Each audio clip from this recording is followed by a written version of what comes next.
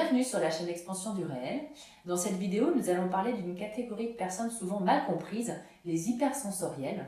Donc avec Pascal Polizzi, nous allons découvrir ce qu'est l'hypersensorialité. Pascal, bonjour. Bonjour. Pouvez-vous nous expliquer ce qu'est l'hypersensorialité et comment savoir si l'on est hypersensoriel? Alors, l'hypersensorialité, d'autres synonymes que l'on va pouvoir trouver dans la littérature, ça va être hypersensitif ou hyperempathique. Ce sont les mots qui regroupent un petit peu les mêmes notions. Alors, il faut bien distinguer de l'hyperémotif. Quelqu'un qui est hyperémotif, c'est quelqu'un qui rentre tout de suite dans l'émotion. Une personne hypersensorielle, c'est une personne qui vit et ressent tout en amplifié. Donc, ça peut être aussi bien sur le plan physique, c'est-à-dire qu'elle va être hypersensible au bruit.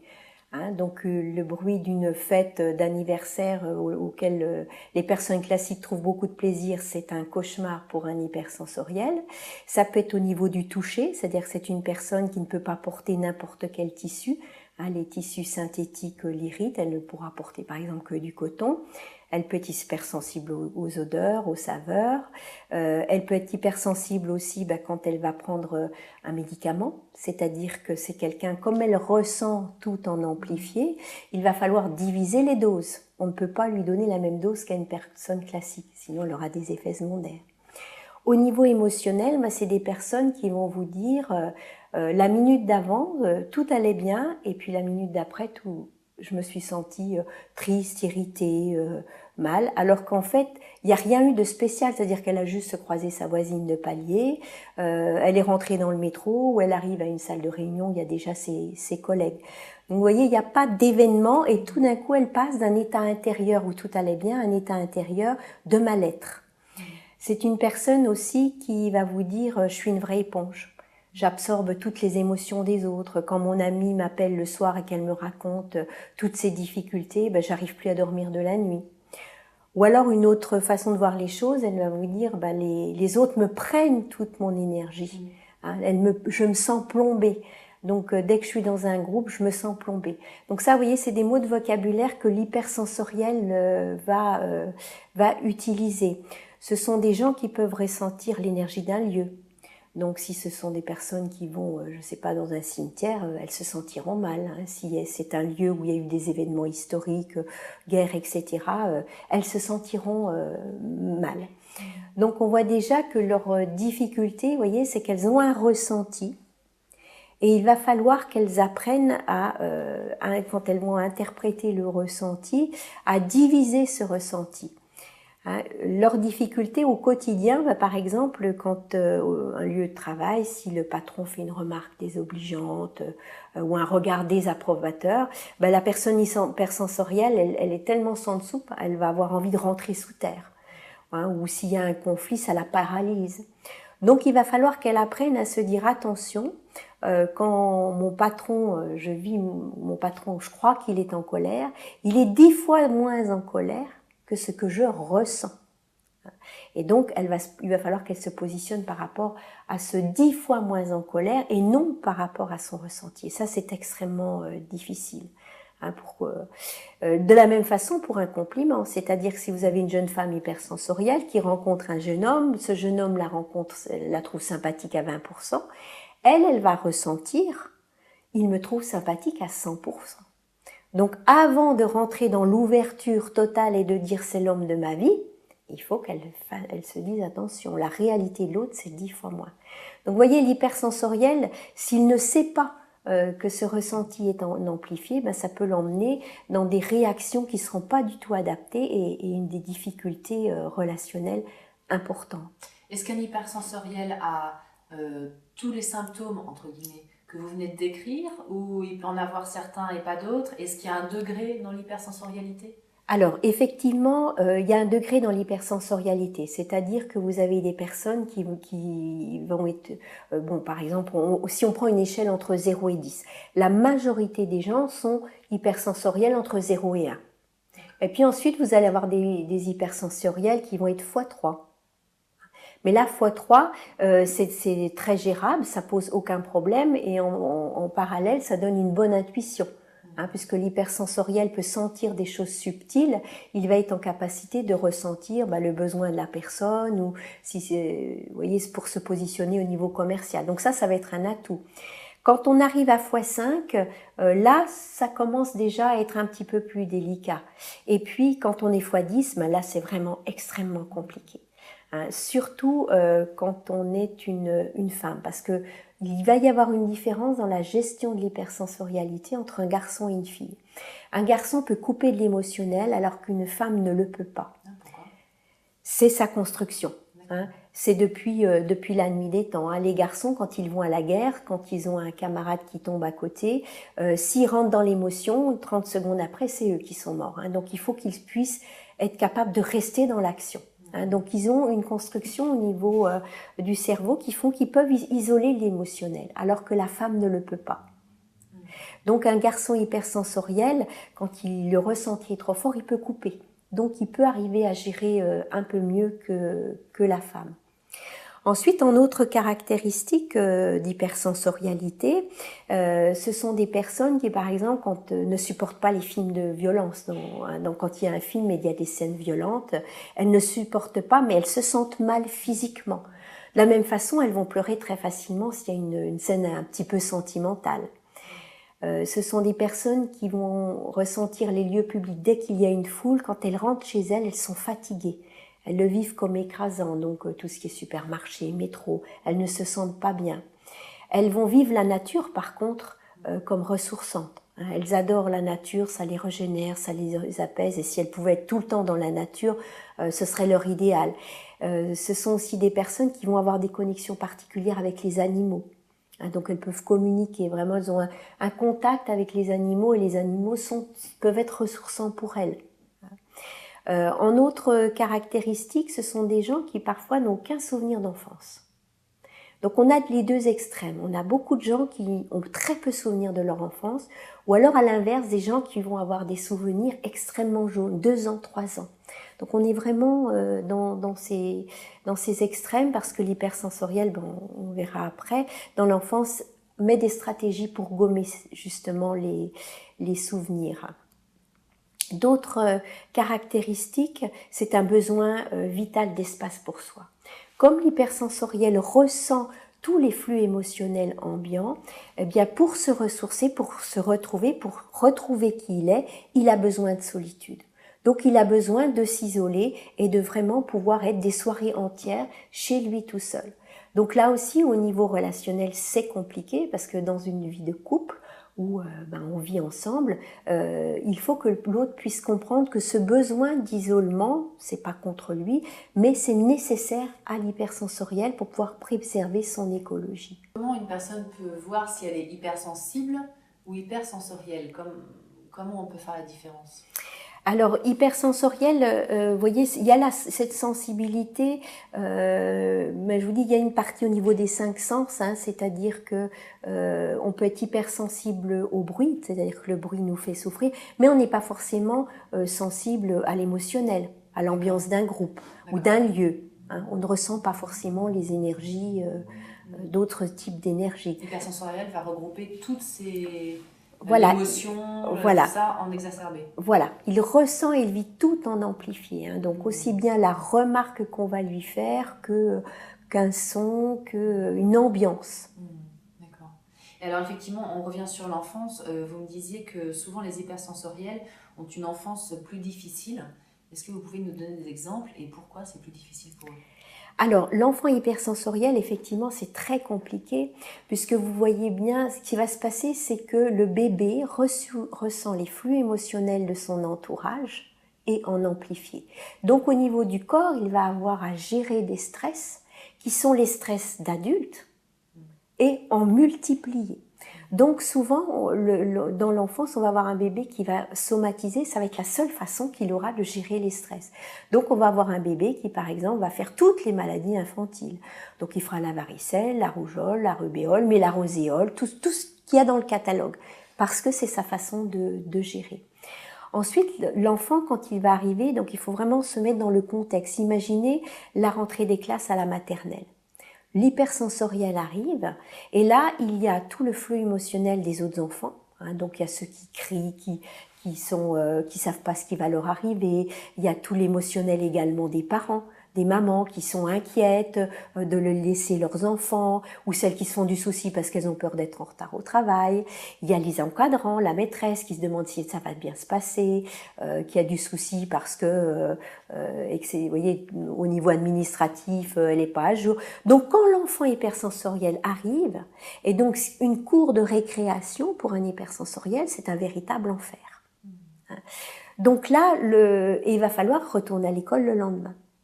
Donc là, c'est là où on avait évoqué cette stratégie de gommage, c'est-à-dire qu'une des ressources que va avoir l'hypersensoriel, c'est de gommer, c'est-à-dire qu'il efface tout ce qui s'est passé la veille, de façon à ce que chaque jour soit un nouveau jour et qu'il puisse repartir dans la vie sans avoir le souvenir des stress qu'il a eu à affronter. Un peu la même manière que les personnes qui ont des traumas et qui vont effacer le trauma, sauf que là, c'est juste un enfant dans une cour d'école. Voilà. Mais c'est vécu comme un trauma. Voilà, exactement. C'est tout à fait ce principe-là. Alors, si l'enfant arrive à gommer uniquement la partie émotionnelle, ça va, mais on peut arriver à avoir, par exemple, si ce gommage il est associé à la notion d'apprentissage, on a eu le cas, par exemple, de quelqu'un qui était apprenti pâtissier, qui avait cette stratégie, et là, il oubliait toutes les consignes qu'on lui avait données la veille. Alors, c'est quelqu'un qui était toujours de bonne humeur, heureux de vivre, mais par contre, tout ce que le patron lui avait dit, il fallait qu'il lui redise. Vous voyez, il gommait systématiquement. On a eu l'autre cas d'une personne hypersensorielle qui, elle, avait eu de la maltraitance dans l'enfance. Donc, elle gommait tout ce qui s'était passé 2 heures avant. Donc, vous voyez, c'était pas. Donc, par exemple, quand elle avait un conflit avec son mari, où là, elle avait de l'humiliation, où ça se passait très mal, elle se disait c'est pas possible, il faut que je divorce, je ne peux pas continuer. Elle allait 2 heures dans le jardin et quand elle revenait, elle se disait mais pourquoi je veux divorcer? Il est très sympa, tout va bien. Vous voyez, elle avait complètement gommé. Donc ça, c'est vrai que, là, on est dans des extrêmes, mais ça peut expliquer si, vous voyez, l'enfant va mettre des stratégies en place. L'autre difficulté, c'est que l'enfant perçoit des choses que les autres ne ressentent pas. Donc si par exemple il y a une personne qui est malhonnête, derrière son sourire en réalité elle ment, l'enfant le ressent, mais il ignore que les autres ne le ressentent pas. Donc quand on va lui dire « dis bonjour au monsieur », l'enfant refuse, on va lui dire « pourquoi ? Il est méchant ». Parce que l'enfant évidemment va exprimer avec ses mots. Aussitôt, l'entourage va être gêné, va dire qu'est-ce qui se passe, on ne dit pas ça, veux-tu te taire, etc. Donc le ressenti de l'enfant est nié. Et à ce moment-là, l'enfant va commencer à douter de lui. Parce qu'il ignore que les autres ne sont pas comme lui, il ne comprend pas. Et donc, ça va poser des petits problèmes dans la construction de son identité. Il va avoir une vision déformée de lui-même. Une autre problématique qu'il va rencontrer, c'est que le monde, il est fait en fonction de la majorité, du plus grand nombre. Et donc, les hypersensoriels sont une minorité. Ce qui fait qu'il va falloir s'adapter. Et là, l'hypersensoriel va être obligé de rentrer dans de la suradaptation. Il va constamment essayer de prendre la forme qu'on lui demande de prendre. Et à un moment donné, évidemment, il ne sait plus, une fois devenu adulte, quelle est sa forme à lui, où se situe. Une autre de ces difficultés, c'est que comme l'enfant comprend très vite qu'il faut surtout qu'il n'exprime pas ce qu'il ressent, parce qu'il va recevoir un feedback très négatif, il va vivre une grande solitude, puisqu'il ne peut pas s'exprimer. Donc il y a une grande solitude. Et puis, dernier stress auquel il est confronté, c'est le stress des parents.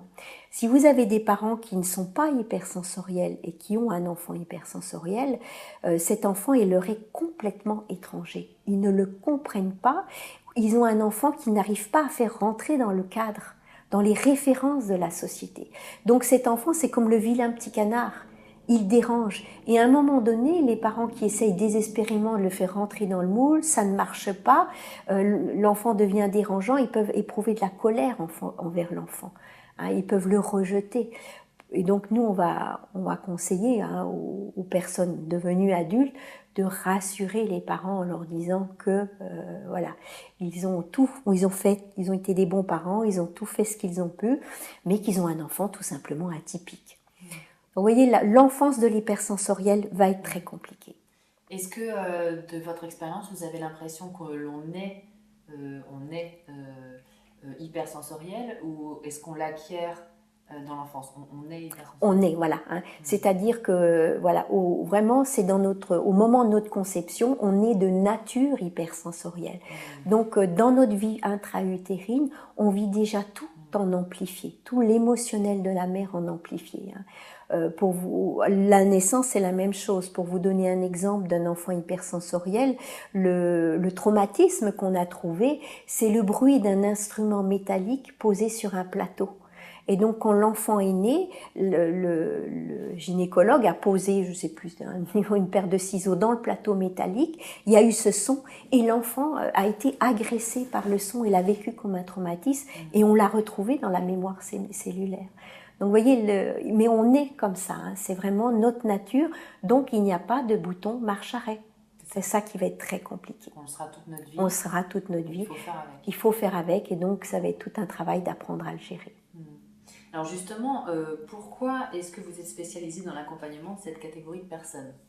Parce que voilà, je suis hypersensorielle, mon mari est un hypersensoriel, et donc tout ce que je vous ai décrit par rapport à l'enfance, on l'a traversé l'un comme l'autre. Donc on a mis des stratégies en place pour pouvoir gérer, et donc on a compris comment ça marchait, comment on pouvait gérer. Et donc moi, dans mon histoire par exemple, donc le côté somatisation, c'était plus, j'étais tout le temps malade. J'avais une façon de gérer mon stress qui était tous les 15 jours, je passais 3 jours à dormir. Donc évidemment, ma mère s'inquiétait beaucoup, ne comprenait pas puisque je ne me réveillais pas pour manger. Je dormais 3 jours et je repartais comme très bien. Donc heureusement, on avait un médecin de famille qui était un vieux monsieur plein de bon sens, qui lui a dit qu'il n'y avait aucun souci, qu'il fallait me laisser faire, il ne fallait surtout pas interrompre ça, que c'était une façon de récupérer.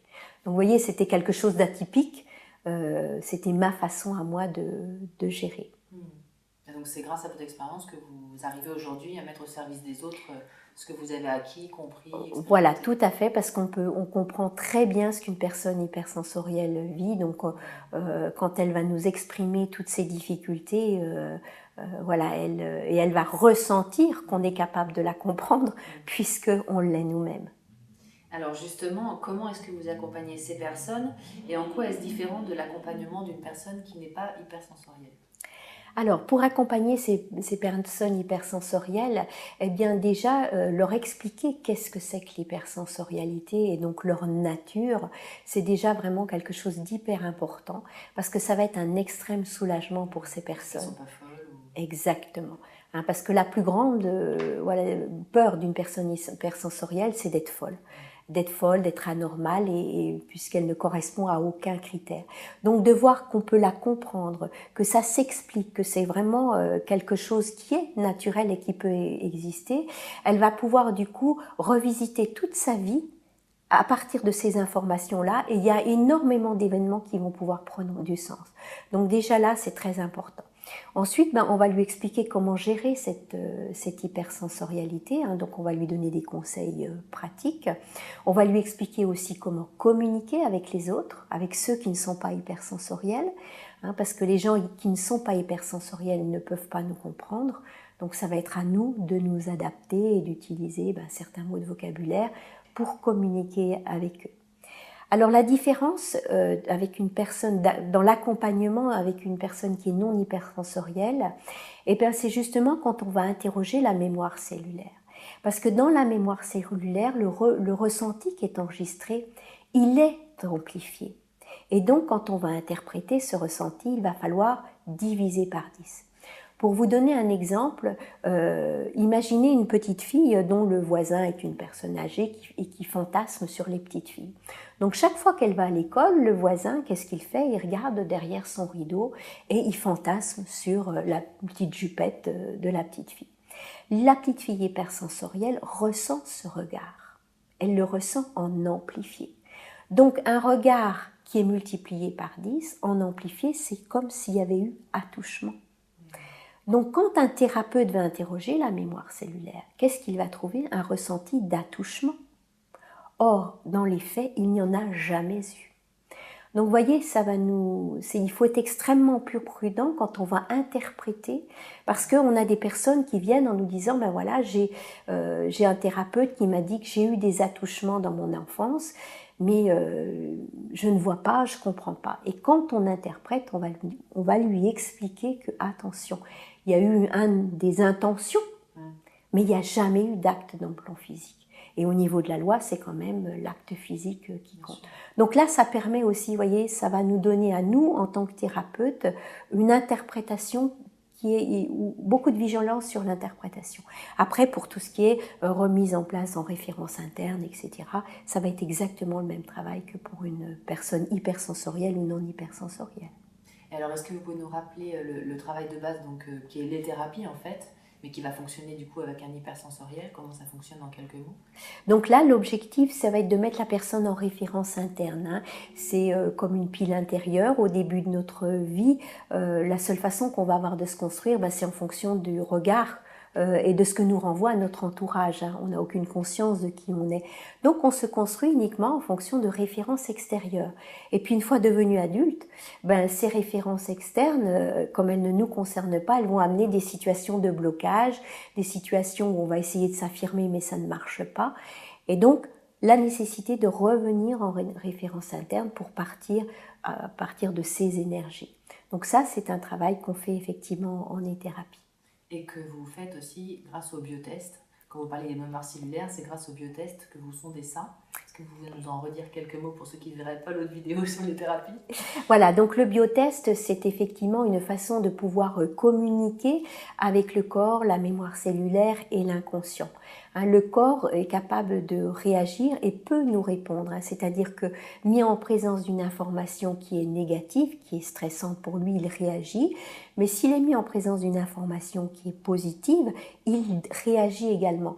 Donc le biotest, c'est une technique qui permet justement d'enregistrer un ressenti qui va permettre de savoir qu'est-ce qui est le oui du corps et un ressenti, qu'est-ce qui est le non du corps. Donc en thérapie, on utilise systématiquement le biotest. Et c'est là, avec les hypersensoriels, où le biotest va être en amplifié. Donc en gros, il faudra diviser par 10 la réponse du corps. Voilà, c'est-à-dire qu'on va interroger le corps, donc la personne va nous décrire son parcours. Évidemment, nous, on va déjà repérer des critères d'hypersensorialité. On va biotester, est-ce que cette personne est hypersensorielle? Oui, est-ce qu'elle est x5, x10? Et à partir de là, nous, quand on va effectivement au niveau de la mémoire cellulaire trouver un ressenti de traumatisme, on va dire attention, pour l'interpréter, on va faire cette division par 5 ou par 10. Alors, est-ce que vous pouvez donner quelques conseils aux personnes qui sont hypersensorielles pour gérer leur quotidien, à peu près? Voilà, donc une personne hypersensorielle, comme elle est traversée par tous les flux émotionnels extérieurs, il faut donc qu'elle ait tout au long de sa journée, il va falloir qu'elle fasse des exercices pour se recentrer, pour se remettre en référence interne. Donc vraiment, l'hypersensoriel est obligé d'avoir une hygiène de vie et une discipline dont on n'aura pas besoin une personne classique. Hein. Donc tout ce qui est exercice de respiration, donc les respirations cohérentes, une respiration abdominale, hein, les respirations qui sont dans la gestion du stress vont être positives pour un hypersensoriel. On va apprendre aux hypersensoriels des mouvements de Qigong qui sont très simples, qui vont lui permettre à nouveau de se mettre en référence interne. On a tout ce qui est de domaine de la gymnastique sensorielle qui permet d'être en référence interne. Qu'est-ce que c'est la gymnastique sensorielle ou le mouvement neurosensoriel, ce sont des mouvements qu'on fait dans une extrême lenteur. Donc, un peu comme le Qigong? Un petit peu comme le Qigong, mais on va encore plus lentement que dans le Qigong. Hein. C'est-à-dire que si vous voulez, on va faire un mouvement, une fente avant, on va mettre 15 secondes pour passer de la jambe avant sur la jambe arrière. Vous voyez, on va cultiver certains critères dans le mouvement neurosensoriel. Et à quoi ça sert de faire ça tout doucement? Eh bien, ça nous permet de cultiver la sensorialité. La sensorialité, c'est un sixième sens, qui n'est basé que sur des références internes. On a nos 5 sens qui vont être la vue, l'ouïe, l'odorat, où là donc on est en référence externe, on va chercher les informations à l'extérieur. La sensorialité, c'est un sens où on n'est qu'en référence interne. Donc gymnastique neurosensorielle nous permet de cultiver cette sensorialité.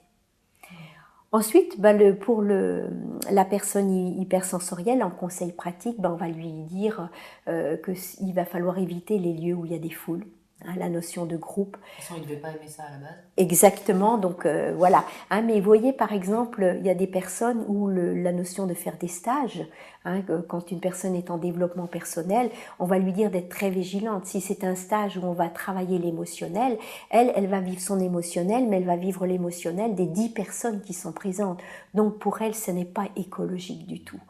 Donc il va falloir qu'elle apprenne quelle est son écologie, donc créer des moments de ressourcement dans la nature.